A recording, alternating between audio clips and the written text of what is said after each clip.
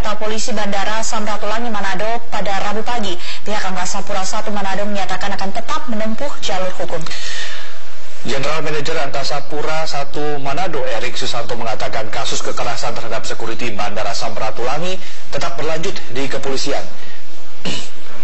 Pelaku pemukulan diduga istri seorang jenderal polisi yang berdinas di Mabes Polri. Menurut Kapolres Manado, Kombes Pol Hisar Sialagan, laporan sudah diterima dan akan diproses tanpa memandang siapa pelaku atau korban. Kasus ini sebelumnya dilaporkan di Polsek Bandara, namun saat ini telah diambil alih oleh Polres. Setelah dimintai keterangan, penumpang kelas bisnis Batik Air berinisial JW itu baru bisa melanjutkan perjalanan pada penerbangan berikutnya. Bahwa berkenaan dengan apapun yang menyebabkan gangguan keselamatan penerbangan, tentunya setiap orang akan dilakukan pemeriksaan lebih lanjut, sehingga keberangkatan yang bersangkutan itu terpaksa kami tunda. Karena kita harus memastikan bahwa penumpang yang berangkat dari Manado ke destinasi tujuan, kita pastikan aman untuk keselamatan penerbangan. Dan kami telah menerima 2 laporan polisi dari petugas bandara, dari Aviation Security ASN, dan kita sudah periksa juga korban dengan meminta keterangan dan dibuatkan BAP. Besok juga kita akan proses cepat untuk melengkapi alat-alat bukti. Sepetugas Aviation Security Bandara Samratulangi Manado. Ya, berikut kita simak penuturan korban Elizabeth Wehanto.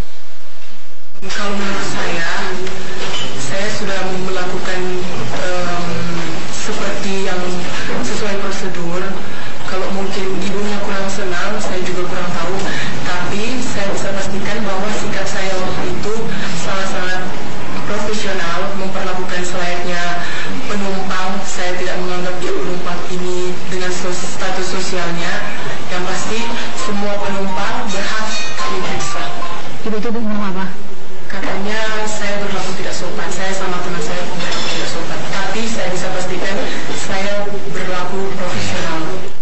Penamparan terhadap petugas Aviation Security Bandara Samratulangi Manado menyita perhatian masyarakat luas. Apalagi korban dan pelaku sama-sama perempuan dan terjadi di area publik.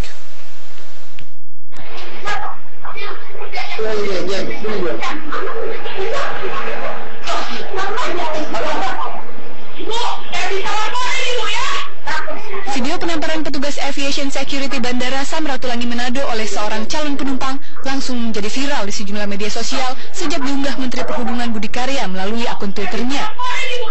Dalam video berdurasi 12 detik ini, tampak jelas seorang calon penumpang wanita mengamuk karena diminta petugas untuk mencopot jam tangannya saat pemeriksaan melalui X-ray Bandara Samratulangi Manado.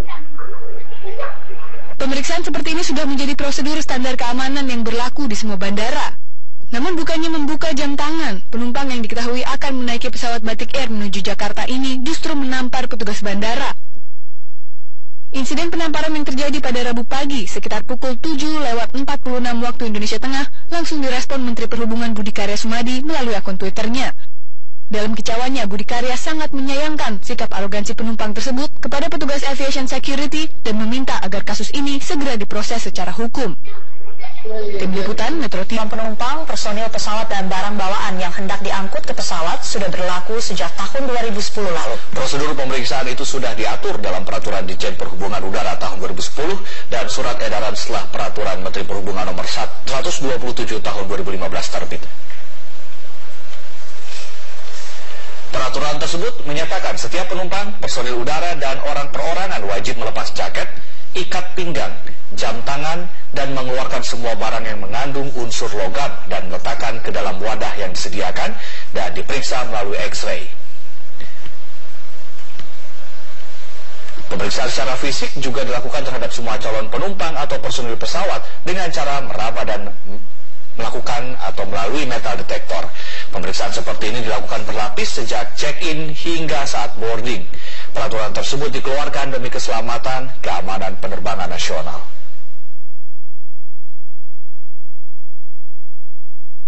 Penumpang pesawat menampar petugas aviation security di Bandara Samratulangi Manado beredar luas dan menjadi viral di sejumlah media sosial.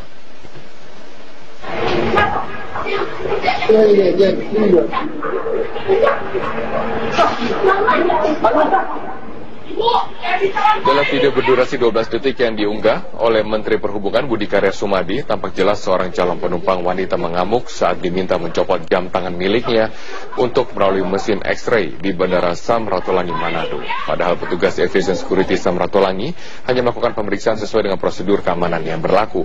Bukannya membuka jam tangan, penumpang yang diketahui akan menaiki pesawat Batik Air menuju Jakarta tersebut justru malah menampar petugas bandara.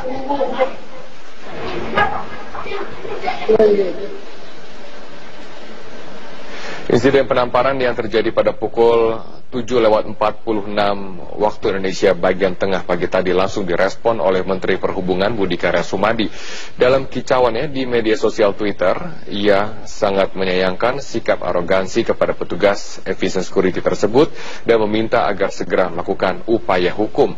Bahkan Budi Karya juga mengunggah video memperlihatkan aksi penamparan tersebut.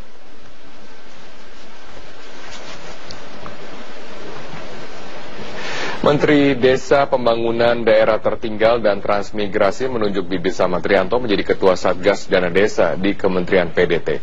Informasi selengkapnya sudah kami rangkai bersama dengan 8 berita lainnya dalam Top of the Top malam hari ini.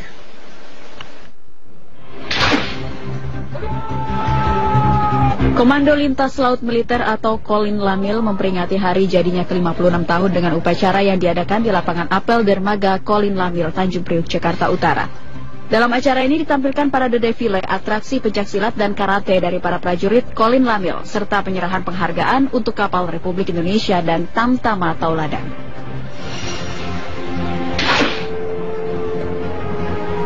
Puluhan warga nelayan asli Pulau Pari, Kepulauan Seribu menggelar unjuk rasa di depan Gedung Pengadilan Negeri Jakarta Pusat. Mereka menuntut pembebasan ketiga nelayan Pulau Pari yang ditangkap dan kini tengah disidangkan Pengadilan Negeri Jakarta Pusat.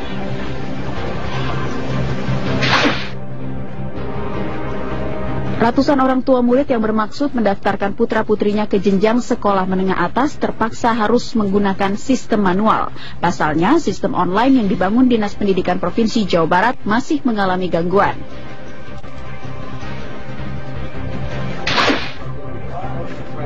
Personil Polresta Jambi menggagalkan pengiriman 26 paket ganja seberat 26 kg tujuan Bali dan Sidoarjo, Jawa Timur. Selain menyita barang bukti, polisi juga menangkap 2 bandar narkoba.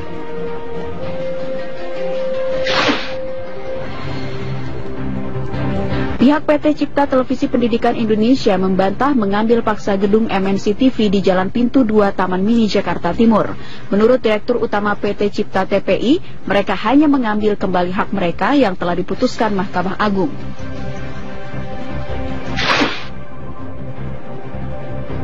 Menteri Desa Pembangunan Daerah Tertinggal dan Transmigrasi Eko Putro Sanjoyo menunjuk mantan pimpinan Komisi Pemberantasan Korupsi Bibit Samatrianto untuk menjadi Ketua Satgas Dana Desa di Kementerian PDT. Pembentukan Satgas dimaksudkan untuk mengawasi dana desa yang disebar ke seluruh Indonesia sebesar 60 triliun rupiah. Pesawat penumpang jenis Pilatus Porter milik maskapai penerbangan AMA yang mengangkut 3 penumpang dan barang dari Wamena, Kabupaten Jayawijaya menuju Darakma, Kabupaten Duga mengalami hilang kontak. Pesawat membawa 3 penumpang. Hingga kini pesawat masih dalam tahap pencarian oleh tim SAR gabungan.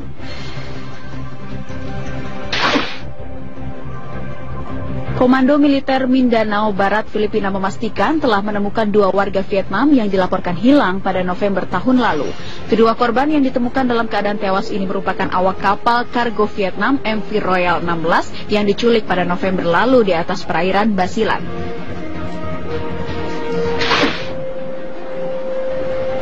Hujan deras yang terus mengguyur wilayah barat Jepang sejak hari Selasa mengakibatkan banjir bandang di sejumlah wilayah. 1 orang dikabarkan tewas akibat terseret arus banjir. Panggarap dilaporkan seorang warga Bekasi ke Polres Metro Bekasi Kota. Kasan dilaporkan terkait dengan dugaan ujaran kebencian yang termuat dalam vlog yang ia unggah ke YouTube. 2 Juli 2017, Muhammad Hidayat, seorang warga Jaka Sampurna, Bekasi, Jawa Barat, melaporkan putra bungsu Presiden Joko Widodo, Kaisang Pangarep, ke polisi. Menurut pelapor, video yang diunggah oleh Kaisang mengandung unsur ujaran kebencian dan penghinaan terhadap salah satu agama. Kapolda Metro Jaya Irjen Pol M. Iriawan telah memerintahkan Kapolres Metro Bekasi untuk menindaklanjuti laporan tersebut. Kapolda menjelaskan proses penyidikan tengah dilakukan. Saya baru tahu tadi malam. Jadi saya akan dalami berkaitan dengan adanya dugaan laporan polisi. Di situ kalau tidak salah ada kata-kata apalah kalau tidak menjalankan apa tentang yang ada situasi itu deso lah kira-kira begitulah. Tapi saya belum dalam ya. Sebab itu tentu penyidik ini kan laporan biasa ya. Artinya kebetulan ada nama Kaisang, itu juga belum tentu Kaisang yang mana. Makanya nanti akan dilakukan penyelidikan untuk mendalami laporan tersebut. Nama Muhammad Hidayat sebagai pihak yang melaporkan Kaisang Pangarep diketahui pernah menyandang status tersangka ujaran kebencian pada tahun 2016. Ia sempat ditahan oleh kepolisian lalu ditangguhkan penahanannya. Tim Liputan, Metro TV. Sementara itu, Kapolri Jenderal Polisi Tito Karnavian membenarkan adanya laporan yang mengatasnamakan Kaisang. Namun Kapolri belum dapat memastikan apakah Kaisang yang dimaksud merupakan putra bungsu Presiden Joko Widodo yang adalah Kaisang Pangarep. Ada laporan itu, tapi kita lihat kan nanti kita melakukan lidik dulu ya. Nanti Bapak Kapolda yang melakukan lidik ya. Kita akan dengar keterangannya saksi, kemudian bukan saksi yang melapor. Nanti kita undang beberapa saksi ahli dan kita akan putuskan segera. Kaisang di sini benar Kaisang anaknya Bapak Presiden? Saya belum tahu karena di laporannya hanya tulisan Kaisang, nggak menyebutkan siapa. Kita harus dengar dulu keterangan orang yang melapor. Presiden Joko Widodo memanfaatkan libur panjang Lebaran dengan berkunjung ke Taman Marga Satwa Ragunan, Jakarta Selatan. Jokowi berlibur ke Ragunan bersama keluarganya dan berikut laporan reporter Nori Utari dan juru kamera Satria Eko Atmojo. Marga Satwa Ragunan menjadi salah satu objek wisata yang diminati masyarakat, termasuk Presiden Republik Indonesia Joko Widodo yang tak ingin ketinggalan merasakan keseruan berlibur di Taman Marga Satwa Ragunan. Marga Satwa Ragunan seluas 147 hektar memiliki koleksi 295 spesies serta harga tiket masuknya sangat terjangkau. Membuat Presiden Joko Widodo tertarik untuk mengisi libur panjang lebarannya. Presiden Jokowi bersama keluarga berkeliling Ragunan selama 2 jam. Dalam kesempatan ini, Presiden Jokowi mengelilingi pusat primata Smutser. Murah, meriah, dan rakyat semuanya bisa masuk ke sini. Masuk kan hanya berapa? 4.000, anak 3.000. Kan murah sekali. Dan kita bisa lihat monyet, bisa lihat gorila, bisa lihat buaya. Semuanya bisa lihat.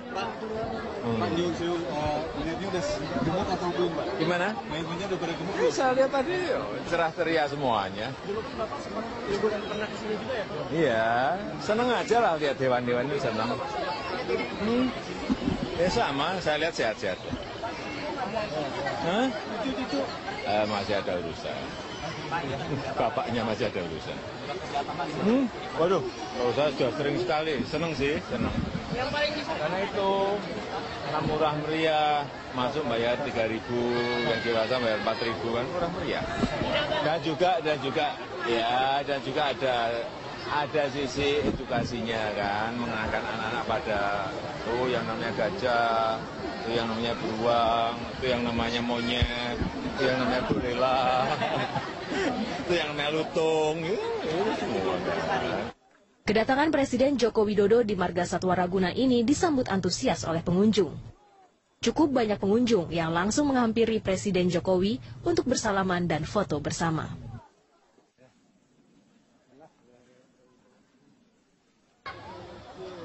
kedatangan Presiden Republik Indonesia Joko Widodo bersama keluarga di Taman Marga Satwa Ragunan ini ternyata sangat disambut antusias oleh pengunjung yang ada di sini.